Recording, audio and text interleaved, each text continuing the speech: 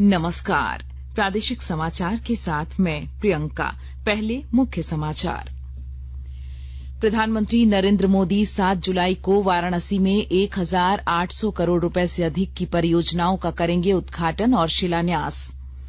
मुख्यमंत्री हेमंत सोरेन आज सौर ऊर्जा नीति 2022 का करेंगे लोकार्पण। वित्त वर्ष 2026-27 तक 4,000 मेगावाट बिजली उत्पादन का लक्ष्य। झारखंड समेत पूरे देश में बढ़ रहे हैं कोरोना संक्रमण के मामले। लोगों से कोविड-19 से बचाव के लिए जारी गाइडलाइन को अपनाने की अपील। और भारत ने महिला एक दिवसीय क्रिकेट श्रृंखला के दूसरे मैच में मेजबान श्रीलंका को 10 विकेट से हराकर 3 मैचों की श्रृंखला पर 2-0 से किया कब्जा। और अब समाचार विस्तार से। प्रधानमंत्री नरेंद्र मोदी इस महीने की 7 तारीख को वाराणसी जाएंगे। वे वाराणसी में 1,800 करोड़ रुपए से अधिक की परियोजनाओं का उद्घाटन करेंगे और आधारशिला रखेंगे। इन विकास परियोजनाओं से वाराणसी के बुनियादी ढांचे में सुधार होगा। प्रधानमंत्री अंतर्राष्ट्रीय सहयोग और सम्मेलन केंद्र रुद्राक्ष जाएंगे, जहां वे राष्ट्रीय शिक्षा नीति के कार्यान्वयन पर अखिल भारतीय शिक्षा समागम का उद्घाटन करेंगे। श्री मोदी वाराणसी के एलटी कॉलेज में अक्षय पात्र दोपहर भोजन रसोई घर का भी उद्घाटन करेंगे। इसमें लगभग 1 लाख विद्यार्थियों के लिए दोपहर भोजन तैयार करने की क्षमता है। पिछले 8 वर्ष में श्री मोदी ने वाराणसी के बुनियादी ढांचा विकास पर विशेष ध्यान दिया है। इससे शहर का परिदृश्य बदला है और लोगों का जीवन आसान हुआ है।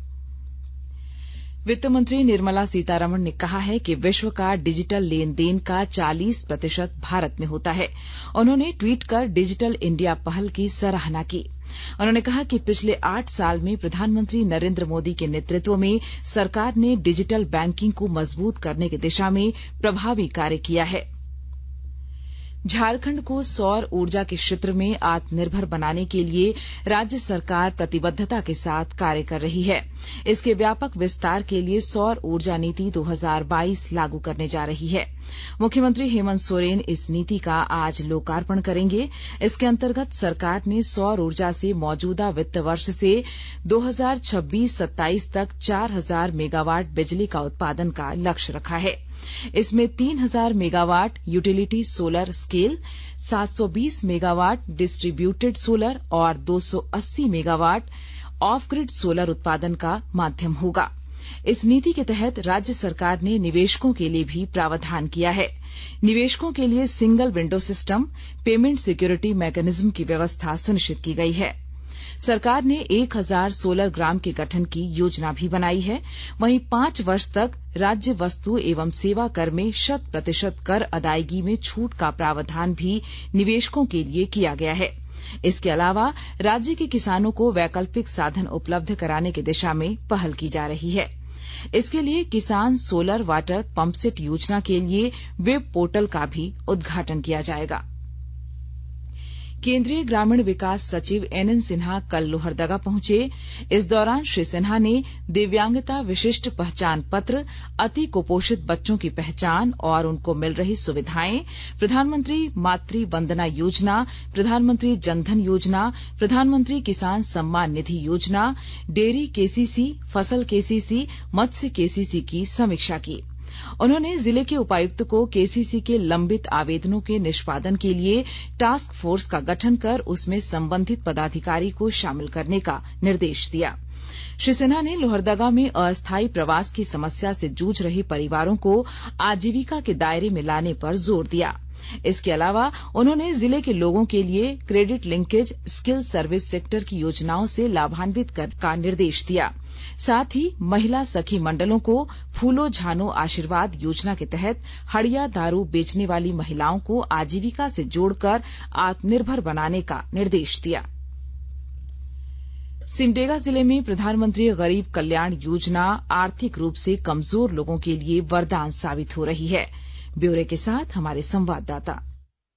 योजना के तहत लाभुकों को समय पर और सही मात्रा में अनाज उपलब्ध कराने का निर्देश दिया गया है। उपायुक्त आर रोनिटा ने कहा कि योजना के तहत लाभुकों को अनाज देने में अनियमितता की शिकायत मिलने पर कड़ी कार्रवाई की जाएगी। उन्होंने जिला आपूर्ति पदाधिकारी से कहा कि लाभुकों को कम अनाज दिए जाने की शिकायत मिलने पर संबंधित दुकानदार का लाइसेंस रद्द करें। कहा कि पीडीएस दुकानों में योजना के तहत मिलने वाले अनाज और इसकी सही मात्रा के बारे में बोर्ड लगाएं। कहा कि अनाज वितरण को लेकर शिकायत होने पर मोबाइल नंबर 9334258855 पर शिकायत की जा सकती है। योजना के तहत लाभुकों को सितंबर माह तक निःशुल्क अनाज दिया जाएगा।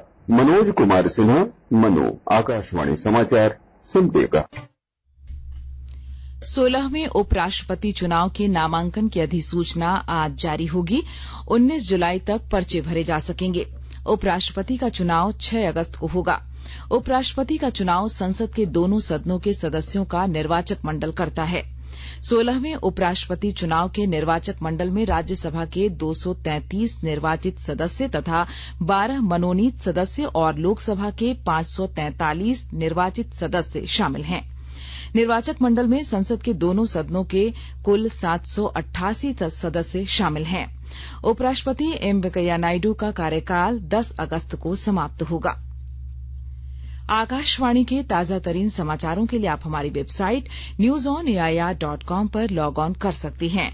ताजा समाचार Twitter handle @AIR news alerts और Facebook page All India Radio News पर भी उपलब्ध है।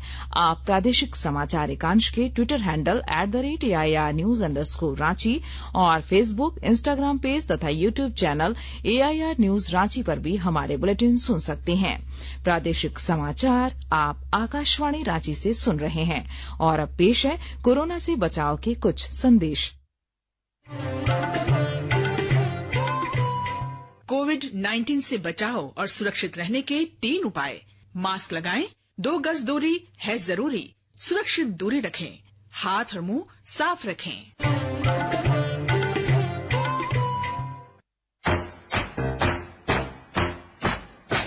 चलो मिलकर एक शुरुआत करें, चलो एक फैसला आज करें, मास्क नहीं तो टोकेंगे, कोरोना को रोकेंगे, चलो एक वादा करते हैं, चलो कुछ वादा करते हैं, मास्क नहीं तो टोकेंगे, कोरोना को रोकेंगे। भारत सरकार द्वारा जनहित में जारी। प्रादेशिक समाचार में आपका एक बार फिर स्वागत है। झारखंड समेत देश भर में कोरोना के मामले फिर बढ़ने लगे हैं। देश में अभी 1,14,000 से अधिक मामले सक्रिय हैं। वहीं झारखंड में 344 मामले सक्रिय हैं, जिसमें रांची में 135 संक्रमित हैं। बढ़ते मामले को देखकर स्वास्थ्य विभाग ने सभी जिलों को कोविड नमूनों की जांच बढ़ाने का निर्देश दिया है, जिसके बाद रांची में उपायुक्त छवि रंजन ने कल बैठक की और कोरोना जांच और संक्रमितों के इलाज संबंधी दिशा निर्देश जारी किया। उन्होंने टीकाकरण की भी समीक्षा की और इसके लिए कैंप लगाने का भी निर्देश दिया। इधर सरायकेला खरसावां जिले में कल 14 नए कोरोना संक्रमित मरीज मिले। उपायुक्त अरवा राजकमल ने बताया कि कल जिले में 658 सैंपल की जांच की गई, जिसमें 14 कोरोना संक्रमित मरीज पाए गए। उन्होंने जिलेवासियों से कोविड गाइडलाइन का पालन करने की अपील करते हुए सतर्क व सावधान रहने की बात कही। उन्होंने कहा कि सर्दी, खांसी, जुकाम, बुखार, थकान, पेट में दर्द जैसे लक्षण दिखने पर तुरंत नजदीकी स्वास्थ्य केंद्र में कोविड टेस्ट कराएं। बढ़ते संक्रमण को लेकर स्वास्थ्य विभाग की टीम सतर्क हो गई है। साहिबगंज जिले में बिरसा हरित ग्राम योजना के तहत दीदी बाड़ी से जुड़कर समूह की महिलाएं स्वरोजगार के माध्यम से आत्मनिर्भर बनेंगी। और अधिक जानकारी के साथ हमारे संवाददाता। साहिबगंज जिले को हरा भरा बनाने के लिए किसानों JSLPS की दीदियों को आत्मनिर्भर बनाने के उद्देश्य से झारखंड सरकार की महत्वाकांक्षी दीदी नर्सरी योजना कार्य कर रहा है। 3.22 लाख रुपए की प्रकलित राशि से संचालित दीदी नर्सरी को 2 प्रखंड पतना में 40 एकड़ के 44 लाभुक तथा उधवा प्रखंड में 18 एकड़ के 25 लाभुक यहां से पौधे ले जाकर बागवानी करेंगे। पटना प्रखंड के धर्मपुर पंचायत में मंगलडीह गांव में मार्शल डहार आजीविका सखी मंडल द्वारा अब तक 8000 से ज्यादा पौधे की प्रारंभिक प्रक्रिया शुरू कर दिया गया है। साहिबगंज जिले अंतर्गत इस योजना के तहत 500 एकड़ भूमि पर काष्ठीय और फलदार वृक्ष लगाने का लक्ष्य है। आनंद कुमार ओझा, आकाशवाणी समाचार, साहिबगंज। उपभोक्ता मामलों के मंत्रालय ने स्पष्ट किया है कि कोई भी होटल या रेस्तरां खाने के बिल में किसी भी तरह सर्विस चार्ज नहीं जोड़ सकते। केंद्रीय उपभोक्ता संरक्षण अधिकरण ने जारी दिशा निर्देशों में कहा है कि होटल या रेस्तरां उपभोक्ता को सर्विस चार्ज के भुगतान के लिए बाध्य नहीं कर सकते। उन्हें स्पष्ट रूप से बताना होगा कि सर्विस चार्ज स्वैच्छिक, वैकल्पिक और उपभोक्ता की इच्छा पर है। किसी भी हालत में इसे खाने के बिल में शामिल कर और कुल राशि पर जीएसटी लगाकर वसूला नहीं जाएगा। मंत्रालय ने कहा कि इन नियमों का उल्लंघन करने वाले होटल या रेस्तरां के खिलाफ राष्ट्रीय उपभोक्ता हेल्पलाइन पर शिकायत दर्ज कराई जा सकती है। इसके लिए 1915 पर या हेल्पलाइन के मोबाइल ऐप पर कॉल करना होगा। मंत्रालय ने स्पष्ट किया है कि ई दाखिल पोर्टल के माध्यम से अनुचित व्यापार के बारे में उपभोक्ता आयोग में भी शिकायत की जा सकती है। इसके अलावा जिले के मजिस्ट्रेट और ईमेल comccpa/nic.in पर भी शिकायत भेजी जा सकती है। भारत ने पल्लेकल में महिला एक दिवसीय क्रिकेट श्रृंखला के दूसरे मैच में मेजबान श्रीलंका को 10 विकेट से हराकर 3 मैचों की श्रृंखला पर 2-0 से कब्जा कर लिया है। श्रीलंका ने पहले बल्लेबाजी करते हुए निर्धारित 50 ओवर में 173 रन बनाए। अमा कंचना ने 47 और नीलाक्षी डिसिल्वा ने 32 रन का योगदान दिया। भारत की रेणुका सिंह ने 4 विकेट तथा मेघना सिंह और दीप्ति शर्मा ने 2-2 विकेट लिए। भारत ने केवल 25 ओवर और 4 गेंद में 174 रन का लक्ष्य हासिल कर लिया। स्मृति मंधाना ने नाबाद 94 और शेफाली वर्मा ने नाबाद 71 रन बनाए। तीसरा और अंतिम एक दिवसीय मैच बृहस्पतिवार को कैंडी में खेला जाएगा। भारत श्रीलंका से T20 श्रृंखला भी जीत चुका है। और अब संक्षिप्त खबरें। गढ़वा जिले के चिनिया थाना क्षेत्र के खूरी गांव में एक 65 वर्षीय महिला की डायन का आरोप लगाकर हत्या कर दी गई। इस मामले में राजकुमार भुइयां, रमेश भुइयां, नीलांबर सिंह, बदन भुइयां, अखिलेश भुइयां एवं उमेश भुइयां को आरोपी बनाया गया है। पुलिस ने राजकुमार भुइयां को गिरफ्तार कर लिया है, जबकि शेष आरोपियों की गिरफ्तारी के लिए छापेमारी की जा रही है। सिमडेगा नगर परिषद के पदाधिकारियों ने शहर में सिंगल यूज प्लास्टिक के खिलाफ अभियान चलाकर कई दुकानों से प्लास्टिक जब्त करते हुए जुर्माना लगाया। सिमडेगा नगर परिषद के सिटी मैनेजर आकाश डेविड ने नगर परिषद कर्मियों और पुलिस जवानों के साथ कल बस स्टैंड के आसपास इलाकों में छापेमारी की। और पलामू जिले की पुलिस ने राजस्थान से बिहार ले जाई जा रही शराब जब्त की है। इस मामले में पुलिस ने छतरपुर थाना क्षेत्र के मसीहानी पुनर्वास से एक व्यक्ति को भारी मात्रा में अंग्रेजी शराब और नकदी के साथ गिरफ्तार किया है। और आइए अब सुनते हैं अखबारों की सुर्खियां। राज्य से प्रकाशित होने वाले लगभग सभी अखबारों ने राष्ट्रपति चुनाव की एनडीए उम्मीदवार द्रौपदी मुर्मू के झारखंड आगमन और समर्थन मांगने की खबर को प्राथमिकता के साथ प्रकाशित किया है। इसके अलावा इन खबरों को भी विशेष जगह दी गई है। प्रभात खबर ने होटल और रेस्तरां अब खाने के बिल पर सर्विस चार्ज नहीं वसूल सकेंगे, इस खबर को पहले पेज पर प्रकाशित किया है। हिन्दुस्तान ने शेल कंपनी मामले में प्रार्थी द्वारा अदालत को गलत जानकारी देकर गुमराह करने की खबर को प्रमुखता दी है। दैनिक जागरण ने रांची हिंसा में उत्तर प्रदेश से मामले जुड़ने की पुष्टि होने की खबर को विशेष जगह दी है। दैनिक भास्कर ने राजधानी रांची में 141 दिनों बाद कोविड से मौत की खबर को पेज 1 पर जगह दी है। वहीं अंग्रेजी अखबार द टाइम्स ऑफ इंडिया ने कोविड से मधुमेह और थायराइड डिसऑर्डर के खतरे को पहले पन्ने पर प्रकाशित किया है, जबकि हिन्दुस्तान टाइम्स ने महाराष्ट्र विधानसभा में एकनाथ शिंदे सरकार के विश्वास मत हासिल करने की खबर को प्रमुखता दी है। और अब अंत में मुख्य समाचार एक बार फिर। प्रधानमंत्री नरेंद्र मोदी 7 जुलाई को वाराणसी में 1800 करोड़ रुपए से अधिक की परियोजनाओं का करेंगे उद्घाटन और शिलान्यास। मुख्यमंत्री हेमंत सोरेन आज सौर ऊर्जा नीति 2022 का करेंगे लोकार्पण।